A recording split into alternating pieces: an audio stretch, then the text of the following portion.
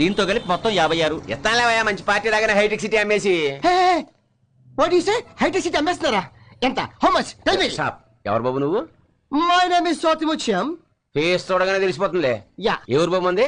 Peddapuram. Business పని మీద వచ్చావా? నో, హైదరాబాద్ సిటీలో ఏదైనా ప్రాపర్టీ కొందామని వచ్చాను. ఏం కొంటావు? మా ఆవిడ చీరలు ఆరబెట్టుకోవడానికి చార్మినార్ కొనిపెట్టుకుంది. ఏంటి చార్మినారా? చార్మినార్ ఎలా కొంటావు నువ్వు? మొన్న అమ్మేత్తని ఏంటే? Oh shit. పోనీ మా ఆవిడ ఒడియాలు అప్పడాలు ఎండబెట్టుకోవడానికి ఏదైనా స్థలం కొనమంది. రవీంద్ర భారతి ఖాళీగా ఉందా? రవీంద్ర భారత అది నాగమేస్తాని. నీకమిసాడా? ఓ మళ్ళీ షిట్. పోనీ మా ఆవిడకి షూటింగ్ అంటే ఇష్టం. రామానాయుడు స్టూడియో ఖాళీగా ఉందా? ఖాళీగా ఉంటే కొంటావా? నేను కొన్నాక మళ్ళీ నువ్వు కొంటావా? కొను. మాత్రం కొంటావా? కొను. ఓహో, పోనీ నాకు అమ్మడానికి ఏమన్నా నీ దగ్గర? ఉందండి. ఆ బిర్లా టెంపుల్ అమ్ముతాడు, కొనుక్కోండి. ఏరా? లేకపోతే పని చేయండి, అసెంబ్లీ అమ్మేస్తాడు. ఏరా? లేకపోతే గోల్కొండ అమ్మేస్తాడు. ఏరా? అదే అదే అది ఏరా?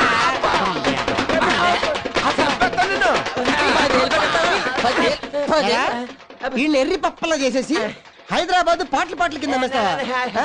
మరి ఈటీవీ రామోజీ నుంచి ఎందుకు తీసారా? అది కూడా అడగరా? అమ్మేలపాయరా? స్టేషన్ కా? రైల్వే స్టేషన్ కాదు, పోలీస్ స్టేషన్. పోలీస్ స్టేషన్ కా? అంటే మీరు కానిస్టేబుల్, హెడ్ కానిస్టేబుల్ ఆగ్ని జమతాగ్ని. ఏంటే మర్యాద లేకుండా అలా వస్తావు?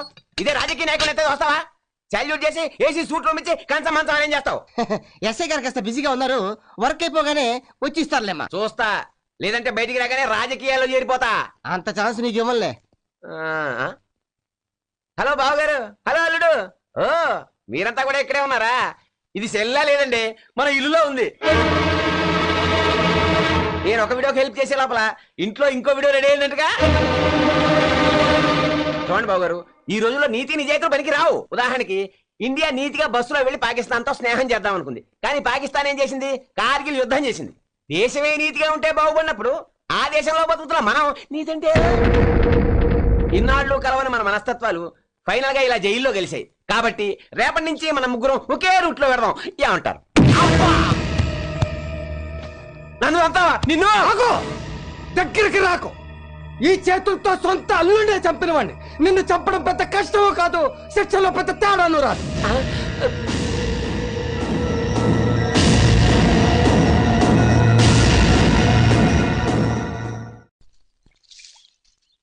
రే పట్టాబే, పాప మా గోవిందరావు గారి కుటుంబం గురించి ఆలోచిస్తా ఉంటే బాధ అనిపిస్తుందిరా. అవును, కానీ మనం ఏం చేయగలం? చేయగలరు.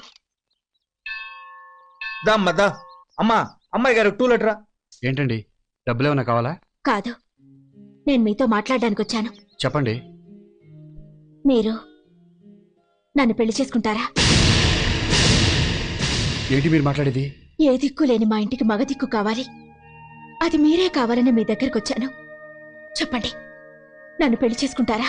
వద్దమ్మా, మా వాడేదో నీ మీద మనసు పడ్డాడని తెలిసి మేమంతా కేకలేసాం. అవునమ్మా, మీతో మాకు సంబంధం ఏంటి? మీరు క్లాస్ వాళ్ళు, మేము లేబర్ వాళ్ళం. అవును, మేం క్లాస్ వాళ్ళమే. మిడిల్ క్లాస్ వాళ్ళం. లోయర్ క్లాస్ వాళ్ళలాగా కష్టాల్ని ఇష్టపడని వాళ్ళం. అప్పర్ క్లాస్ వాళ్ళలాగా బతకాలని అత్యాశకి పోయి అప్పుల పాలయ్యే వాళ్ళం. మేం మధ్యతరగతి మనుషులం కాదు, మిథ్య తరగతి మనుషులం.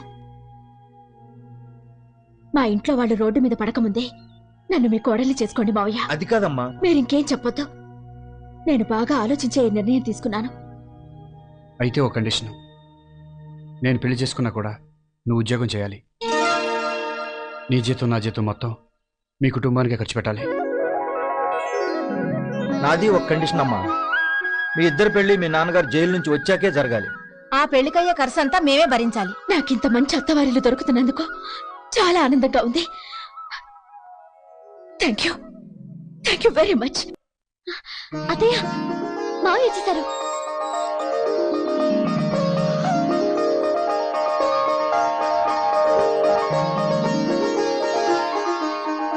రండి మావయ్య. గాయత్రి, పార్వతి, మీ నాన్నగారు వచ్చారు. మంచిగా తెస్తా ఉండండి. ఏమండి, ఎలా ఉన్నారండి? బతికే ఉన్నాను భాగ్యం. ఏంటే గోళ? నాన్న వచ్చారు తాత. తీసుకోండి మావయ్య. ఏరా, జైలు నుంచి ఇదేనా రావడం? అవునన్నా. ఏ అప్పుడే వచ్చేసావే? ఇంకా 4 నెలలు రాపోయావా? ఈ లోపల ఇక్కడ జరగాల్సిన శుభకార్యాలన్నీ జరిగిపోయేవి.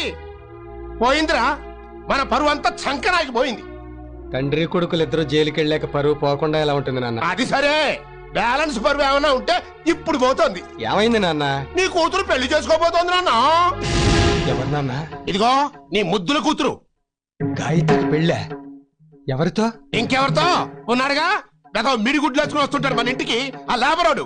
నువ్వు ప్రేమతో ఉద్యోగం ఇప్పించావు, ఆ రిక్షా వాడి కొడుకు. నిజమా అమ్మా? అవును నాన్న. విన్నావుగా, పెళ్లి చేయడం చేతగాన్ని ఇలాంటి దద్దమ్మలకు పుడితే వీళ్ళకి ఇలాంటి దరిద్రపు కొట్టు ఆలోచనలు వస్తాయి. ఇవాళ ఇదేమో ఓ రిక్షావుడు చేసుకుంటుంది, రేపదేమో ఓ ముష్టోడు చూసుకుంటుంది. అందుకే వద్దురా, వద్దు, నువ్వు నాకు కంటి ఆపరేషన్ చేయించద్దు. ఈ దరిద్రాన్ని నేను చూడలేను. రేయ్, రేయ్, నువ్వు నా కొడుకు గాను అసమర్థుడివే, తండ్రి గాను అసమర్థుడివే. ఛీ!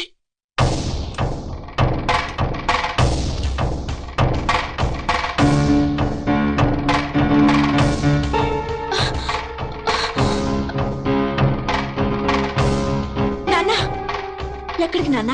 బయటికి వెళ్ళేటప్పుడు ఎక్కడికైనా అడగకూడదు. మీరేం చెప్పొద్దు. 3 లక్షలు ఒక్కసారి ఇస్తేనే ఇల్లు ఇస్తా. పోనీ ఇచ్చిన తర్వాతే రిజిస్టర్ చేద్దరు గాని ఒక్క నెల గడువు ఇప్పించండి. అలా కుదరదయ్యా. అవతల ఇంకో పార్టీ క్యాష్ పట్టు కూర్చున్నారు. ఏదో మీరు అడిగారు కదా అనేసి అడ్వాన్స్ తీసుకోకుండా ఆగా.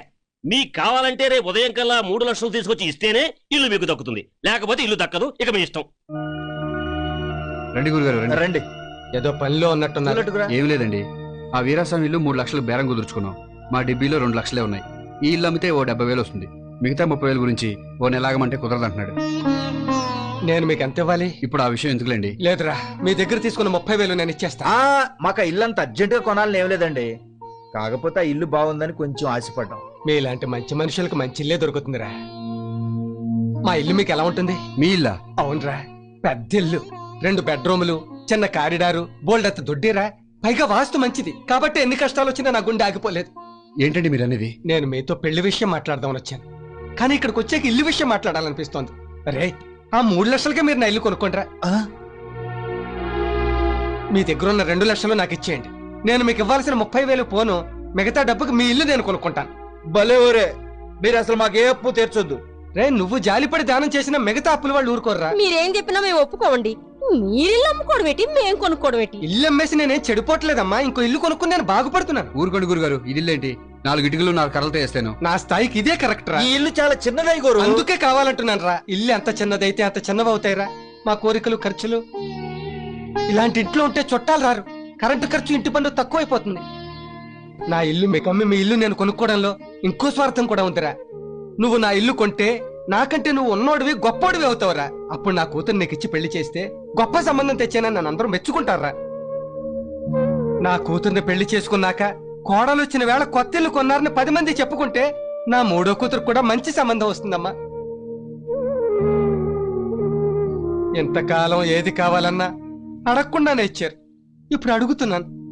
ఆ 2 లక్షలు ఈ ఇల్లు నాకిస్తే నా అప్పులు అవసరాలు తీరి నా కష్టాలన్నీ గట్టెక్కుతాయి. దయచేసి కాదనకు దేవుడు.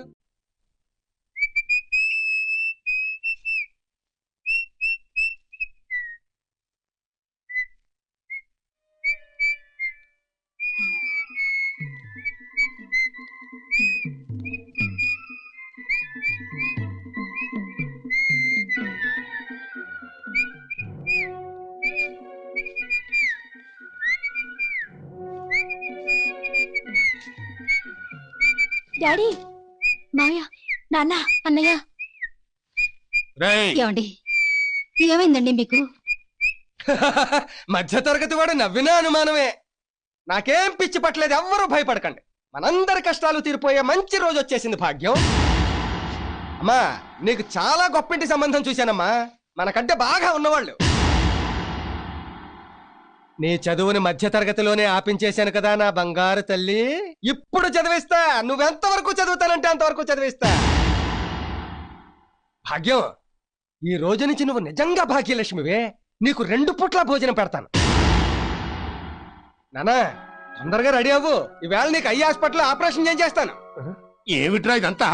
కొంపదీసి లాటరీ తగిలిందా? అవును, కొంప తీసే లాటరీయే తగిలింది. నిజంగానా? ఎంత? అన్ని వివరంగా తర్వాత చెప్తాను. ఏవే నాన్న 4 జతల బట్టలు సర్దు.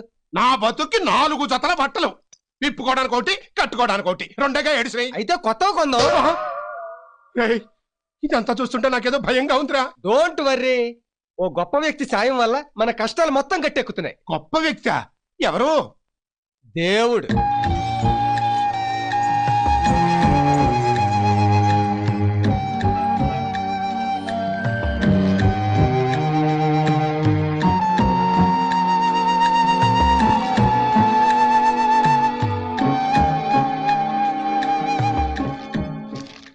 నాన్నా ఇక్కడ సంతకం పెట్టు. ఆటోగ్రాఫా? కాదు, ఆపరేషన్ చేసే ముందు పేషెంట్ దగ్గర సంతకం తీసుకుంటారు. దేనికి? ఆపరేషన్ లో కళ్ళు పోతే మాకేం బాధ్యత లేదనా? కాదు నాన్న, వాళ్ళ ఫార్మాలిటీస్. ఫార్మాలిటీ అయితే మాత్రం చదవకుండా సంతకం ఎలా పెట్టమంటావు? చదవడానికి నీకు కళ్ళు కనిపించట్లేదు కదా, అందుకే ఆపరేషన్ చేయించమంటున్నా. సంతకం పెట్టందే కళ్ళు ఆపరేషన్ చేయరు. అదొకటి ఏడ్చిందా? సరే, ఈ గుడ్డి కళ్ళు బాగుపడటం కోసం గుడ్డిగా సంతకం పెడుతున్నా.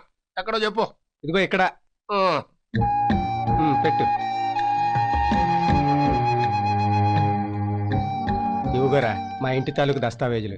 ఎందుకయ్య గారు ఆయన అలా మోసం చేసి సంతకం పెట్టించారు? తరతరాలుగా వస్తున్న ఇల్లు రాది, అమ్ముతానంటే ఒప్పుకోడు. అందుకే తప్పకిలా చేయించాను. ఒక తండ్రికి కొడుగ్గా నేను చేసింది తప్పేరా, కానీ 4 బిడ్డలకి తండ్రిగా నేను చేసింది తప్పు కాదు. ఇన్నాళ్ళు మీరు చెప్పినట్టు నేను విన్నాను, ఇప్పుడు నేను చెప్పినట్టు మీరు వినాలి. ఎలాగో మనం ఇల్లు కొనుక్కున్నాం కాబట్టి ఈ రోజు నుంచి నువ్వు రిక్షా తగ్గకూడదు. ఇదిగో అమ్మా, నువ్వు కూరగాయలు బండేసుకుని వీధిలో పడి తిరిగి ఆ వంకాయలు బెండకాయలు అంటానికి వీల్లేదు. ఇదిగో ముసలే, నువ్వు ఇంటింటా పాచి పనులు చేయడానికి వీల్లేదు.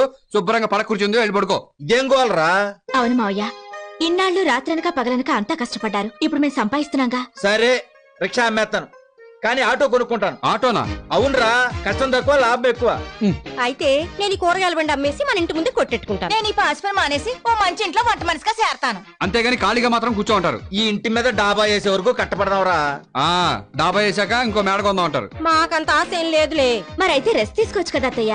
అది కాదమ్మా, రేపు నీ కడుపునో నలుసు పుడితే ఓ మంచి కాన్వెంట్ లో చేర్పించి కంప్యూటర్లు అయ్యి నేర్పించడానికి డబ్బు అవసరం వస్తది. రేపు మాకే జబ్బు చేసింది అనుకో, డబ్బు అవసరం వస్తది. ఖాళీగా కూర్చుంటే ఉన్నది కరుగుద్ది గానీ ఏమొత్తది?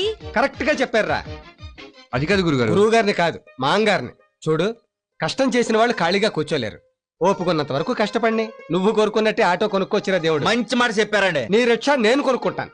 అయ్య బాబోయ్, అంత చెడ్డ మాట అన్నారేంటండి? చెడ్డ మాట కాదు, మంచి మాటే. ఉన్న ఉద్యోగం పోయింది, ఎక్కడ పని చేద్దామన్నా ఈ వయసులో మీరేం చేస్తారండి అని వేళకోళం చేస్తున్నారా. అందుకని రిచ్చా దొక్కుతారా? ఇది తొక్కడం చాలా కట్టమండి. 100 మంది ఎక్కిన బస్సునే నడిపాను. 1000 సమస్యలతో ఉన్న ఇంటినే ఒంటెత్తు బండిలా లాక్కొస్తున్నాను. ఎంత చిన్న రిక్షాన్ లాగలేనా? అది కాదు మావయ్య, నేను మళ్ళీ అప్పుల పాలు కాకుండా 4 రాళ్లు వెనకేసుకోవాలి అంటే నాకు మీ కుటుంబాన్ని ఆదర్శంగా తీసుకోవాలనుంది. దయచేసి నా అదృష్టానికి అడ్డు రాకండి ప్లీజ్. మెల్లిగా ఈ జన్మలో నువ్వు ఆపరేషన్ చేయిస్తావు అనుకోలేదురా. జాగ్రత్త మెట్లు. మొత్తానికి కొడుగ్గా నీ బాధ్యత తీర్చుకున్నావు. మెల్లిగా మెల్లిగా. అవును, కళ్ళకి ఈ కట్లు అన్నాళ్ళు ఇంకో 4-5 రోజుల్లో తీసేస్తారు. ఒరేయ్, అప్పుడు మొట్టమొదటిసారిగా నీ ముఖమే చూస్తాను రా. అలాగే నాన్న. రిక్షా వచ్చింది, ఎక్కు. ఈ దిక్కుమాల దేవుడు గడి రిక్షాని ఎక్కను రా. ఈ దేవుడి రిక్షా కాదు, మందే. మందే? అవునులే, ఇవాళ రిక్షా వాళ్ళందరూ మన చుట్టాలేగా. జాగ్రత్తగా కూర్చో.